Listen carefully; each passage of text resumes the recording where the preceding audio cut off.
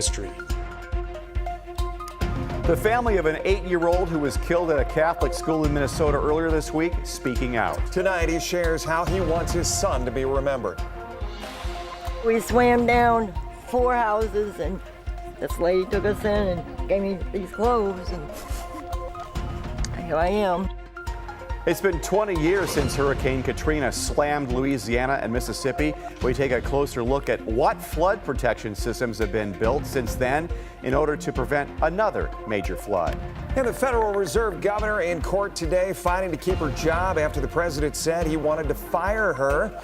And she isn't only going through this. More on the fallout from this week's leadership shakeup.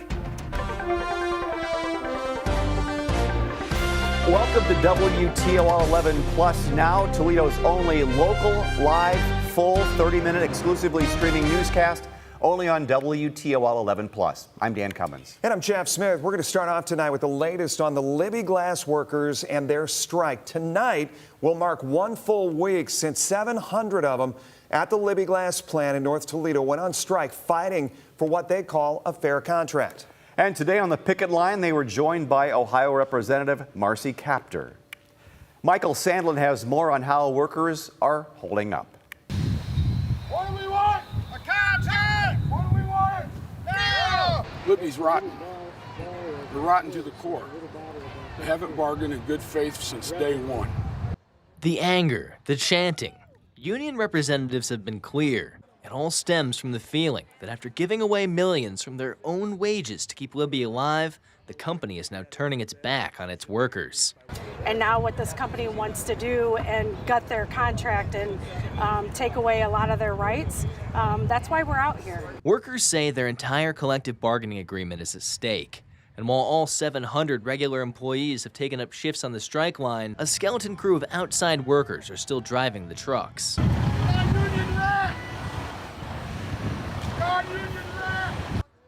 All while the plant manager watches from across the fence. I miss you! Workers say they've been visited by other local unions from across the city and state, but their most notable visitor so far came this afternoon, Representative Marcy Kaptur. We came out here to show support. Well, thank you very much. We appreciate it. But Kaptur says everything happening at Libby Glass stems from a national issue. Back in 2024, the company was promised $43 million in federal grants. Grants Libby executives were counting on. But the Trump administration made $3 billion in Department of Energy cuts back in May, and Kaptur says that forced the hometown glassmaker to shred previous plans. So I take great angst in that, what the president did, because he said he was going to help manufacturing in America. It doesn't help us here in Toledo, so we'd like to invite him here. And to get the money back that Congress voted for, that the Department of Energy dispersed, and all the contracts were signed, everything was done, and they took it back. That's what's happening, and that's wrong, especially in Toledo, the glass center of the world. Meanwhile, the workers here are still waiting to see that change, and they say they'll wait as long as it takes to get it. 1 day longer. And that's how long we're going to last. Michael Sandlin joins us now. Michael, good to be with you. Good to be here. This is Labor Day weekend, and Marcy Kaptur front and center, like trying to champion for labor as always. Now, the workers are angry at Libby, and Marcy Kaptur right now, she's basically from the left. Pointing the finger at the Trump administration. Yeah, right. really hammering at him. So there's kind of a domino effect there. Yeah, it's really funny because the workers are mad at Libby because they feel like their contract's getting gutted. Marcy says that their contracts are getting gutted because Libby was owed $43 million that the Trump administration cut. But then if you ask the Trump administration, they're cutting it because we have the inflated budget. So it literally is local, state, national. It's at every level. People are scrambling to try to figure out how to solve problems. So you can't even know where to start with this. The workers have a slogan on the ground. They were telling you, one more day. Where does that come from? What does it mean? Yeah, so this comes back to an old United Steelworkers slogan where they always would say, well, we're going to go on strike, and when's it going to end? One more day, one more day. So that's them kind of telling themselves they're in this for the long haul, and they do want to fight for those contracts. And you and I were just talking about this before the cameras were rolling. Back in 2020, they had given a portion of their salaries back to Libby because Libby was about to go Chapter 11, and so they were actually able to keep Libby afloat. To keep their jobs. Right, to keep their jobs, but also to keep Libby alive. And now with Libby gutting their collective bargaining agreements, they feel like they're owed, those abilities, those things in their old contract. And so they feel like this is Libby kind of doing a backstab or something to that effect. I can see that perspective. Only the management at Libby would know how the company is doing, I suppose. But they brought in outside workers, Libby has. Yeah. How is that going? There's a video going around showing them there was an issue with it. Yeah, so this is a video that we actually have seen posted by some steel workers last night on Facebook. It's since been deleted on certain pages, but we saw one of those outside workers barreling through some of those protesters. We saw people getting hit by the truck. Now, no one looked like they were getting seriously injured, but I brought up this video to some of the people I talked to today who were on the ground. They said that currently the unions are bringing in lawyers in regards to this. So anytime there's any issues like that, it turns into something that's discussed in the courts. So this walkout strike is about a week old now, but there's really no signs of any breaking of it because there's no talks even going on. Yeah, and that's what I've been hearing is that Libby's not coming to the negotiating table right now. The protesters, the picketers, are looking to try to come back to that table, but Libby's not talking at this time. So really, it's everyone's holding their breath until things get too hard for Libby to be able to take the heat. So, Michael, thanks for the perspective. Thanks, Dan. Jeff? We are tracking stories making headlines across the world and across the country for that matter right now. Hard to believe, but it's been 20 years since Hurricane Katrina. We're going to take a look back at the aftermath and what steps have been taken to prevent a major flood like this again. Also, Wall Street closing out another wild month in trading. We'll talk about that. A shakeup in the CDC and Federal Reserve as the president looks to make changes. But first, we're hearing from one of the parents who lost a child in this week's shooting at the Minneapolis Catholic school. Give your kids an extra hug and kiss today. We love you, Fletcher. You'll always be with us.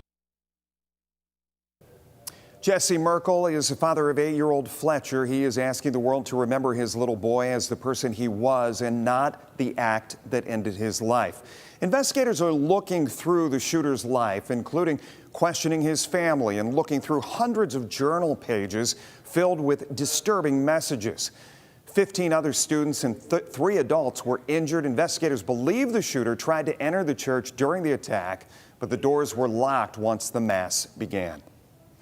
Federal Reserve Governor Lisa Cook is fighting in court to keep her job. Attorneys for Cook left a federal courthouse in D.C. with no decision made today on their request to block President Trump from removing her from her post.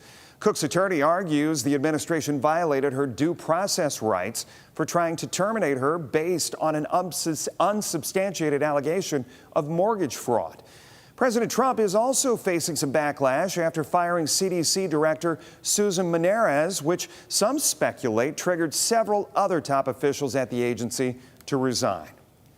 U.S. stocks are closing out a wild month in trading. The stock market in August showed a mix of resilience and volatility with significant gains tempered by periods of uncertainty. They were driven by economic data, tariff concerns, and Federal Reserve policy expectations. Now, while stocks dipped lower in early Friday trading, the Dow and the S&P 500 are on track for 4 months of gains in a row. Both indexes hit record highs on Thursday. Today marks 20 years since Hurricane Katrina made landfall in Louisiana and Mississippi. In Louisiana, the storm surge from Katrina breached the levees in New Orleans, creating catastrophic flooding and an historic humanitarian crisis. There's a better flood protection system now in place, including the world's largest pump station, which blocks storm surge from the Gulf and pumps rainwater away from the city. On the other side of town, there's also a 26-foot-high, nearly 2-mile-long surge barrier. Katrina is the costliest hurricane in U.S. history and one of the deadliest, killing more than 1,000. Labor Day weekend is here. Many of you will be hitting the road. Tonight, what type of prices you can expect at the pump?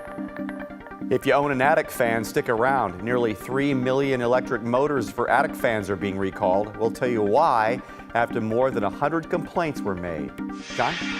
And there is going to be a gradual warm-up for your Labor Day weekend, turning mostly sunny and mild with those temperatures climbing up to the upper 70s. I'll preview your full 10-day forecast coming up next.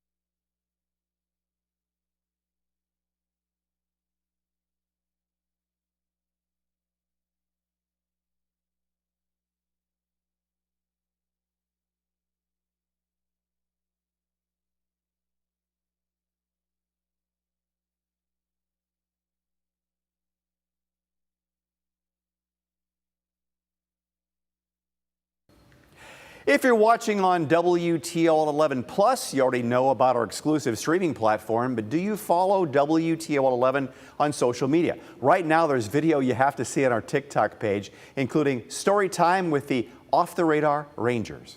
Story about meteorology. When I first really wanted to be a meteorologist, you took an aptitude test in 7th grade. Oh, no. And it said all the things that you like and all these, and you get something back, and it said I was be a meteorologist. And I'm like, yes, got what I want. Well, on there it lists the things that you need to do, math and science. It said you also need to, potentially lift things like 5-10 pound little things. Kid sitting next to me in 7th grade looks at me and goes, yeah, like the rocks. And I'm like, that's geology. And he says, no, the meteors, when they hit the ground, you have to pick them. I'm like, oh. Oh, man. You can watch the full episode of Off the Radar on WTOL 11 Plus right now. Make sure to follow us on the WTOL 11 TikTok page. There's plenty to watch, including the latest stories being talked about locally and nationally.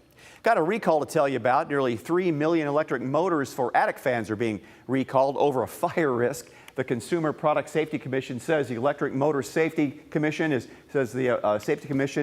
cutoff for the fans could short circuit and cause a fire. It says they have been 159 reports of burning or fires, but there are no reports of injuries. The fans were sold nationwide in stores and online from 2003 to 2013 at retailers, including at ABC Supply, Lowe's, and Beacon. If you have a recalled fan motor, stop using it. Contact the distributor, AirVent, for a refund.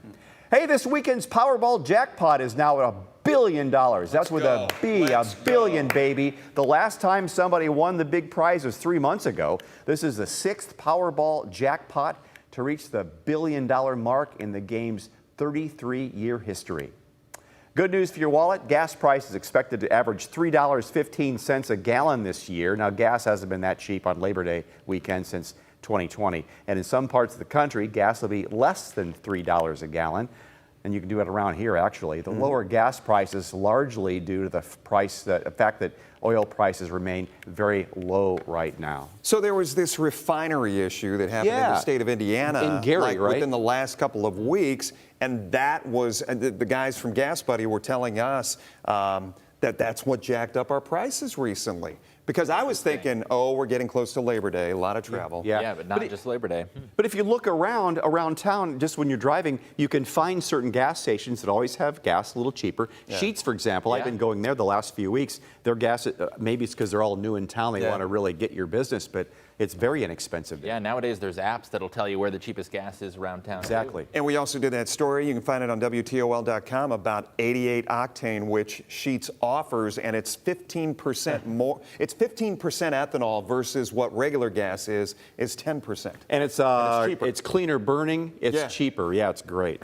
Well, let's check the forecast as we head into the holiday weekend. Yeah, if you're taking a road trip for Labor Day weekend, Mother Nature is going to bring us sunshine, cruise control as far as the weather is concerned. We are going to expect a gradual warm up heading into the holiday weekend as well. So feeling a little more like summer by Monday. I know it's a little chilly right now, so let's jump into that forecast. It has been cool over the course of your Friday evening, but by Labor Day, we are expecting those temperatures to gradually climb closer to the 80-degree mark. Sunny and dry weather all weekend long expected. Highs generally in the 70s, creeping closer to 80 by Monday. The mornings, though, are going to be on the cooler side. The afternoons mild, very characteristic of late August into early September. Temperature-wise, we are currently in the mid-60s, 64 in Tiffin, 68 in Findlay, lower 60s across the state line in southern Michigan, and cloud cover has rolled on in. So it was a little sunnier earlier, but there has actually been a blanket of stubborn clouds that are going to keep things at partly to mostly cloudy for the rest of the evening. A cold front currently sinking to the south of us. That is why it's so cool today, relatively speaking. High pressure, though, is going to gradually build back sunshine,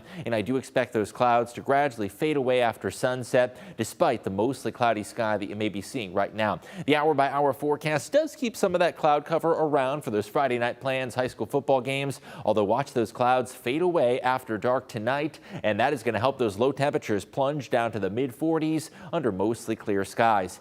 Hour by hour temperatures, we are going to be cool to start the day, feeling like autumn out the door into your Saturday morning. Lakeshore area is going to be in the 50s, although some of the latest data actually does show the potential for temperatures closer to 40 degrees, closer to the Indiana-Ohio state line, and afternoon highs are expected to be in the lower 70s. We have a gorgeous Friday evening on tap for high school football action. Temperatures do gradually drop back to the upper 50s well after sunset. Thinking weekend plans, we're going to be in the mid-70s, sunny and mild weather expected with a gradual warming trend that'll lift those highs closer to 80 degrees by Labor Day. Overnight tonight, a chilly feel is expected. There could be a couple of areas of patchy fog, but that's not going to be a widespread impact. Into the weekend, sunny and dry weather expected and a gradual warming trend with those highs closer to 80 by Labor Day. Now, even though the weather's quiet here at home, we remember on today's date the 20-year anniversary of Hurricane Katrina, a devastating Cat 5 hurricane. It was about a 1-week life cycle of this storm,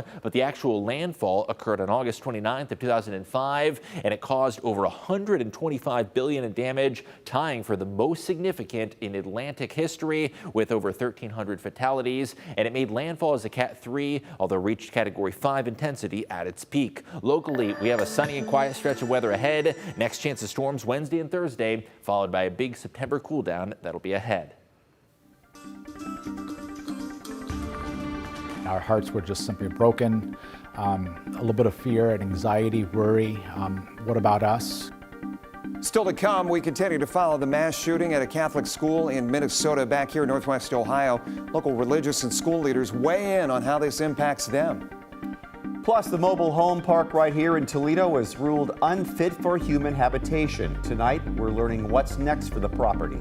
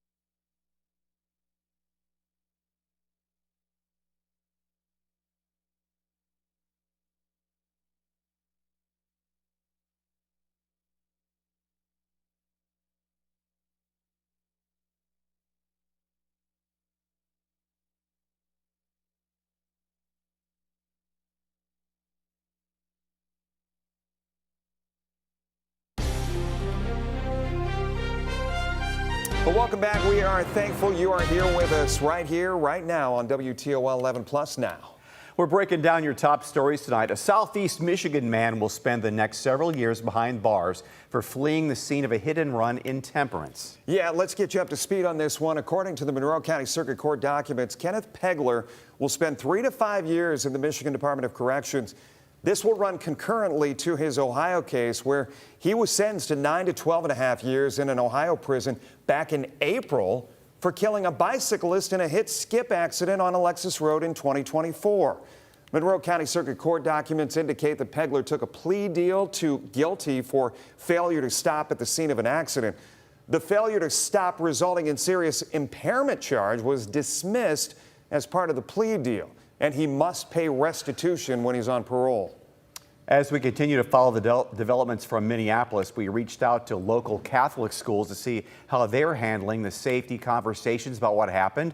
St. Francis has locked doors at all times, and they do safety drills year-round. The school has a system that lets staff and students report anything concerning or out of place anonymously. The school's president says the school is revisiting what safety procedures are already in place. He says along with reminders of safety, the school is trying to talk as openly as possible about what happened and answer questions students may have. We've seen so many other groups targeted as well. And so again, talking with our guys, it's a lot about looking at this incident as part of a bigger picture. That the intolerance and hatred that just seems to be, fomenting and rising up, that this becomes something maybe that we can look at within ourselves, maybe whether it's fear or our own, biases, that it's an opportunity to grow. Other Catholic schools in the area, like St. Benedict Catholic School, are revisiting safety policies that are in place. The school has already made plans for more trainings and resource officers to be on campus. An update to 11 Investigate story we've been following all since last year. Toledo City Council will be discussing the demolition at Riverside Mobile Homes Park at a meeting next month. City Councilman Nick Comives tells WTOL 11 he expects City Council to approve $200,000 to demolish the site. The plan is to begin in the fall, be done by the end of the year. After that, the city will have to work to prepare it for a potential buyer. The city previously declared the mobile home park unfit for human habitation. According to the city, the facility suffers from dangerous, unsanitary, and inhumane living conditions from years of owner neglect. It is a Big Board Friday, and the Liberty Center football field, now has additional seating for its fans. The district's athletic director tells us they've been looking into additional seating for a while now, and tonight it rented out bleachers that are positioned at each end zone, and it adds 700 additional seats. I think it's really cool. We usually got a lot of people standing around, and it's just kind of cool that even more that's going to be filled. It feels more like a college stadium just with it being surrounded. Liberty Center's athletic director says both sets of bleachers are portable and they have potential plans to add some permanent seating in the future. Toledo City Council will consider asking the City Plan Commission to study changes to the city charter's public landscaping requirements. The proposal calls for an amendment to zoning rules that would require the use of native plants in new landscaping. Supporters say the change could improve sustainability, support biodiversity, reduce erosion, and boost climate resilience. Once the study is complete, Council would review the idea and present findings at public hearings before deciding whether to move forward with any official changes. You've already found Toledo's only local, live, exclusively streaming newscast, but have you had a chance to check out the other programming here on WTOL 11 Plus, including WTOL 11 Sports Leaderboard?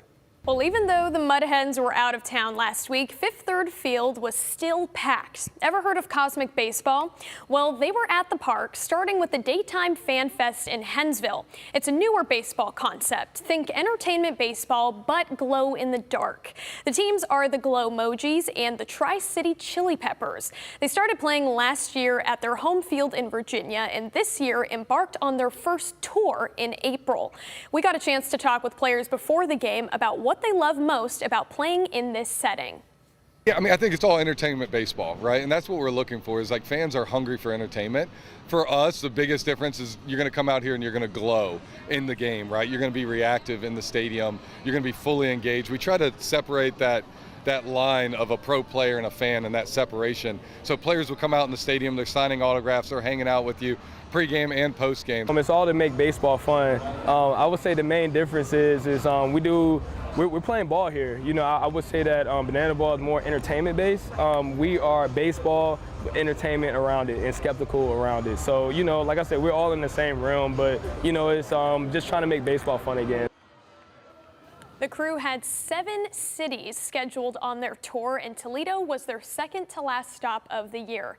So, Dan, you've heard of Savannah Bananas, right? Yeah, I wasn't familiar with these guys, but I was familiar with the Savannah Bananas, and I agree the concept. A lot of people are not really baseball fans. Now, in Toledo, we're lucky because the stadium has so much to offer. It's a real nice family atmosphere. People come out just to be there and see and be seen and see the entertainment. It's an entertainment business after all.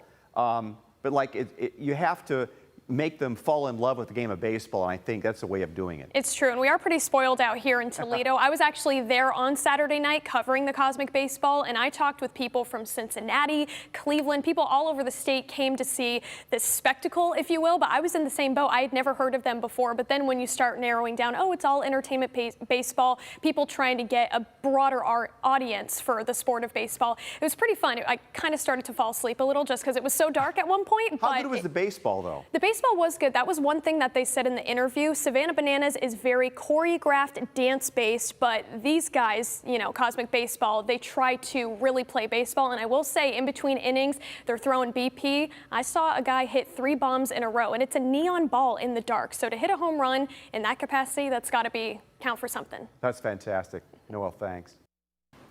Who is that handsome guy on the left?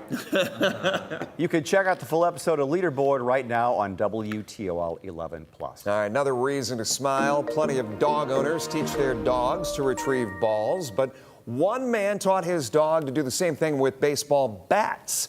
June the dog is the Yuba Sutter High Wheelers bat dog and retrieves the team's baseball bats. June's owners say he's a waterfowl dog and that their fishing and hunting trips led that dog right there to his new job. Her new job. She has already mastered her first season as a bat dog, but was a little too shy for an interview, we understand. June and her owner are hoping that negotiations with the San Francisco Giants go well, but for right now, she works primarily on weekends. Good things those aren't aluminum bats. That wouldn't be quite as fun of a game of fetch. And I just wonder how the teeth marks deaden the hits that the kids get. Yeah, I can't imagine that would work with the tennis ball boy either. They're going to have some punctures in those tennis balls and bats as well. John, we're looking good weather-wise, aren't we? Yeah, walking the dog tomorrow morning, going to be a little cool, but what a beautiful holiday weekend. Temperature-wise, we are going to be in the lower 70s into your Saturday. In classic late August fashion, those mornings are going to be on the cooler side, but the afternoons nice and mild. We are going to be up in the mid-70s for your Sunday with dry weather for those holiday travels as well. Labor Day, the low temperature in the morning going to be in the low to mid-50s, so not too chilly Monday morning. Afternoon highs just shy of 80 degrees. So if you're hoping to squeeze out one last trip to the pool or the lake, Mother Nature will cooperate with some nice mild conditions. Tuesday, we find ourselves in the lower 80s, which, by the way, our normal high is still over 80 degrees. So really, we are seeing most of that forecast featuring below average temperatures. Next change in the weather, that's going to come Wednesday and Thursday with a line of showers and thunderstorms with a cold front moving on through. And you are going to feel that difference in the weather Thursday with a cooler breeze, lower humidity, and temps dropping to the 60s Friday with some September clouds ruling the sky. We do gradually warm back up into the mid-70s by the end of the 10-day forecast. But overall, we do have some cooler days ahead. I know it's sure nice to see that sunshine, even though I know, Dan, you'd like it a little warmer. I think the sunshine at least makes it a little brighter. It's football season. We can enjoy the fall. Yeah, that's right. Thanks for watching us here on WTOL 11+.